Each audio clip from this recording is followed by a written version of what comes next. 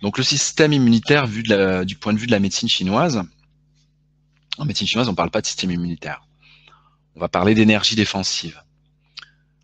Ce qui revient à peu près au même. En fait, le système immunitaire, c'est des réactions biologiques et biochimiques de notre corps pour nous défendre contre d'éventuels agresseurs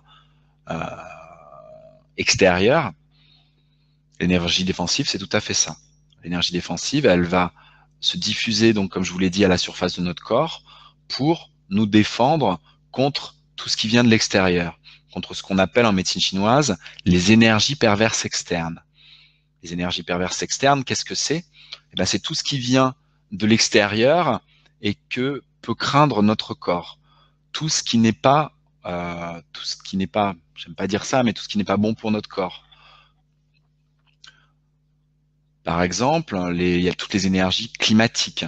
Ben, le froid, par exemple, le froid qu'on va avoir en hiver, le froid, c'est une énergie perverse externe. Et il faut que notre énergie défensive nous protège contre le froid externe. Parce que quand il va faire froid, si on n'était pas protégé par l'énergie défensive, eh ben, le froid rentrerait à l'intérieur de notre corps et ben, nous refroidirait, et finirait par nous congeler. Et ce serait vraiment pas bon pour la plupart de nos organes, la plupart de nos tissus. Donc en fait, l'énergie défensive va se diffuser à la surface de notre corps et nous protéger contre le froid. Elle nous protège aussi contre le vent, contre l'humidité, contre la pluie, contre la chaleur, contre toutes les énergies climatiques. Et en particulier quand ces énergies climatiques ne sont pas en accord avec la saison, ce qui arrive. C'est-à-dire que l'énergie climatique de la saison d'automne, par exemple, c'est la sécheresse. Et oui, c'est pour ça que la sève descend dans les arbres et que les feuilles s'assèchent. L'énergie de l'automne, c'est la sécheresse. À la fin de l'été, c'est une chaleur sèche. Et quand, à la fin de l'automne, ça devient un froid sec, puisqu'on est presque à l'hiver. L'énergie climatique de l'hiver, c'est le froid. Mais si en plein automne, eh ben, il se met à pleuvoir, c'est de l'humidité. S'il se met à faire trop froid en avance, eh ben, c'est une énergie qui déborde de sa saison. S'il fait trop chaud encore pendant l'automne, ben, ça aussi, c'est une énergie qui va déborder de sa saison. S'il se met à faire beaucoup de vent, c'est l'énergie du printemps. Ça ne devrait pas être en automne. Donc, toutes ces énergies qui débordent de leur saison pour venir sur la saison dans laquelle on est, eh ben, ce sont des énergies climatiques qui ne sont pas en accord avec la saison. Et notre énergie défensive, elle est là pour nous protéger contre ces énergies climatiques, je dirais, disharmonieuses.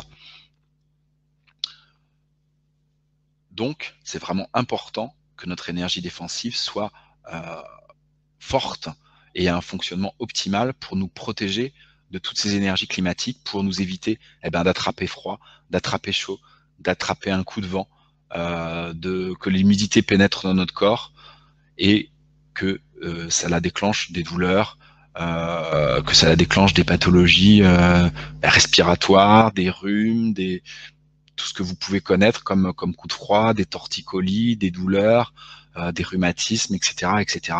Toutes les énergies qui rentrent à l'intérieur peuvent provoquer différentes pathologies si notre énergie défensive n'est pas suffisamment forte, pas suffisamment costaud en fait. Mais c'est pas tout. Les facteurs extérieurs qui peuvent nous agresser, il n'y a pas que les énergies, climatiques, il y a aussi tout ce qui est, virus, épidémies, bactéries. Notre énergie défensive, si elle est suffisamment forte, elle va nous protéger aussi contre tout ça. Il est tout à fait possible, avec une bonne énergie défensive, de traverser les saisons et surtout l'hiver, sans être malade du tout, sans attraper aucun virus de grippe, etc. On peut très bien être au top de sa santé, quelle que soit la saison, si on a une bonne énergie défensive. Donc les énergies extérieures qui peuvent nous agresser, donc on a vu les énergies climatiques, on a vu les virus, les épidémies, les bactéries, etc. Et il y a effectivement, et ça va rejoindre ce que disait Florence à l'instant, il y a aussi toutes les agressions externes, je dirais tout ce qui est traumatisme physique, les chocs physiques. C'est vrai que si on se cogne par exemple, c'est une agression externe qui vient frapper la peau, qui vient frapper les tissus. Et ben, vous verrez que si vous avez une énergie défensive forte, et ben déjà vous aurez moins mal. Déjà moins mal dans la sensation de la douleur, et aussi ça fera moins de dégâts dans votre corps. Ça peut même aller loin. Il existe dans le Qigong dont on parlera tout à l'heure, dans les cinq moyens naturels. Euh, dans le Qigong, il y a un Qigong spécifique qui s'appelle le Qigong de la chemise de fer, qui est un Qigong qui consiste à renforcer non seulement l'énergie des reins, mais aussi tout le corps pour vraiment créer une armure énergétique en surface du corps de façon à empêcher les chocs de pénétrer dans la profondeur et d'agresser les tissus et les organes. C'est vraiment un Qigong spécifique qui est fait pour renforcer l'énergie défensive vraiment à un haut niveau. C'est des techniques qu'utilisaient les guerriers en Chine avant de partir au combat, pour que les sabres ou les épées glissent sur leur corps et ne pénètrent pas. Voilà, donc c'est vraiment quelque chose qui marche très bien. Moi, je l'ai pratiqué avec un maître japonais il y a pas mal d'années maintenant, et effectivement, on se tapait dessus, bon, sans y aller trop fort, mais on se tapait dessus en début de séminaire, et on faisait la même chose à la fin. Et bah, effectivement, à la fin, on pouvait y aller beaucoup plus fort. Déjà, on sentait pratiquement rien, et ça faisait plus de marque. Donc vraiment, le corps était beaucoup plus solide, beaucoup plus fort et beaucoup plus résistant. Donc on n'ira pas jusqu'à pratiquer ce Qigong de la chemise de fer, mais vous verrez qu'il y a vraiment beaucoup de techniques pour renforcer cette énergie défensive, et donc pour protéger le corps contre les agressions extérieures, les agressions physiques. Et puis donc la dernière chose, c'est aussi les agressions, je dirais, émotionnelles, verbales. Euh, quand on va vous dire vraiment on va vous dire quelque chose de méchant, par exemple, quelque chose qui va vous blesser. C'est aussi un traumatisme, comme un traumatisme physique en fait, hein.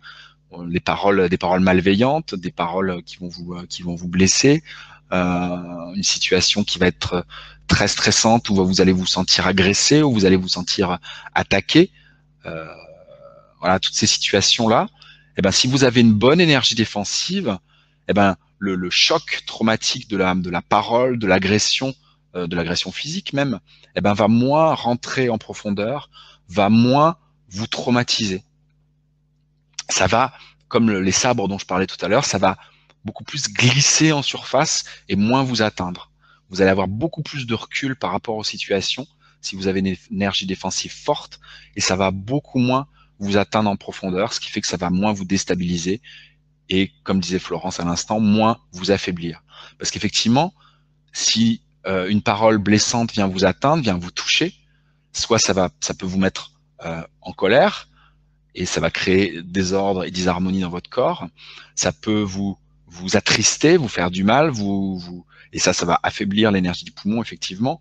Ça peut vous toucher et vous rendre mal à l'aise, vous rendre, si c'est une parole qui continue, qui est régulière, je pense à du harcèlement par exemple, ça peut finir par vous amener à une grande fatigue, à un burn-out, ou à de la dépression.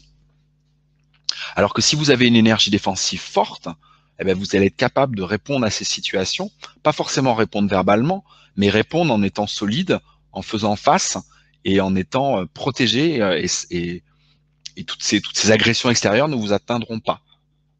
Voilà, c'est aussi à ça que sert l'énergie défensive.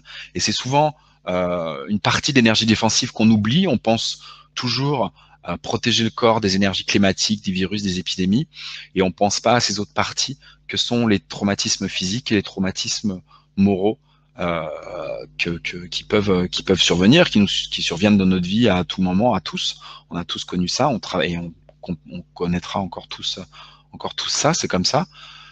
Et c'est pour ça que je vous encourage vivement à renforcer votre énergie défensive. Et ben, pour ma foi, traverser ces moments difficiles, ces périodes difficiles, en étant moins atteint, en étant plus solide, et en restant plus en équilibre à l'intérieur, en restant plus stable. Alors, vous l'avez compris, cette énergie défensive, elle prend sa source dans les reins, dans l'énergie de nos reins, là où se trouve notre grande réserve d'énergie vitale. L'énergie des reins, c'est vraiment les fondements de notre énergie. C'est là-dessus qu'on s'appuie, qu'on s'assoit. C'est notre base, c'est les piliers de notre corps. C'est les piliers de notre force. C'est là qu'il y a toute notre force. Donc c'est là que démarre l'énergie défensive. C'est là qu'elle puise sa source. À partir de là, la force de l'énergie défensive, eh ben, elle monte dans le corps grâce à l'énergie de la rate. C'est l'énergie de la rate qui lui donne ce mouvement ascensionnel à l'énergie défensive. Ça fait partie des fonctions de l'énergie de la rate, le fait de faire monter l'énergie vers le haut. Donc c'est important aussi donc que la rate soit solide, qu'elle soit opérationnelle. Ça va avoir une grande place dans le système immunitaire. On retrouve un peu cette fonction, je dirais, immunitaire de la rate en médecine occidentale, puisque c'est la rate qui fournit en partie les globules blancs, qui sont responsables donc de notre immunité. C'est eux qui nous défendent dans notre sang. Donc là, on retrouve la même fonction immunitaire de la rate.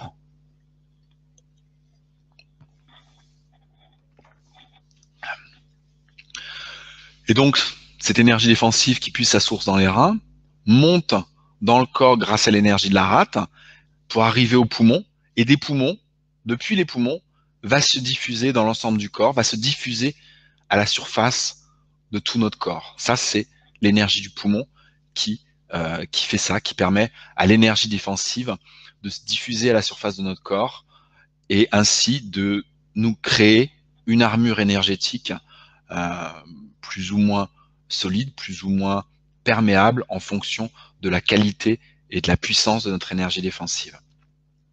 Donc il y a 3 organes importants pour avoir une bonne énergie défensive. C'est les reins, qui est la source de l'énergie défensive et la source de l'énergie vitale. La rate, qui permet à l'énergie défensive de monter dans le corps et d'atteindre les poumons. Et enfin, les poumons, qui permettent à l'énergie défensive de se diffuser à la surface de tout notre corps.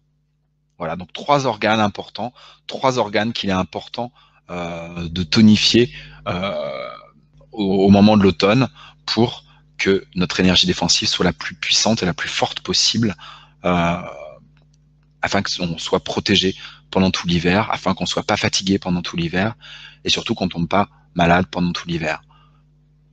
Parce que c'est vraiment pendant cette saison d'hiver qu'on va se régénérer. Et à chaque fois qu'on est fatigué, ben on ne se régénère pas. Il va falloir qu'on se régénère pour combler la fatigue. On va être obligé de combler la déficience. Si on tombe malade, ben c'est pareil. Il va falloir qu'on dépense de l'énergie pour lutter contre une attaque extérieure. Et là, ça va puiser aussi dans nos réserves et il n'y aura pas de possibilité de se régénérer de façon optimale pour être en pleine forme quand ce sera le printemps.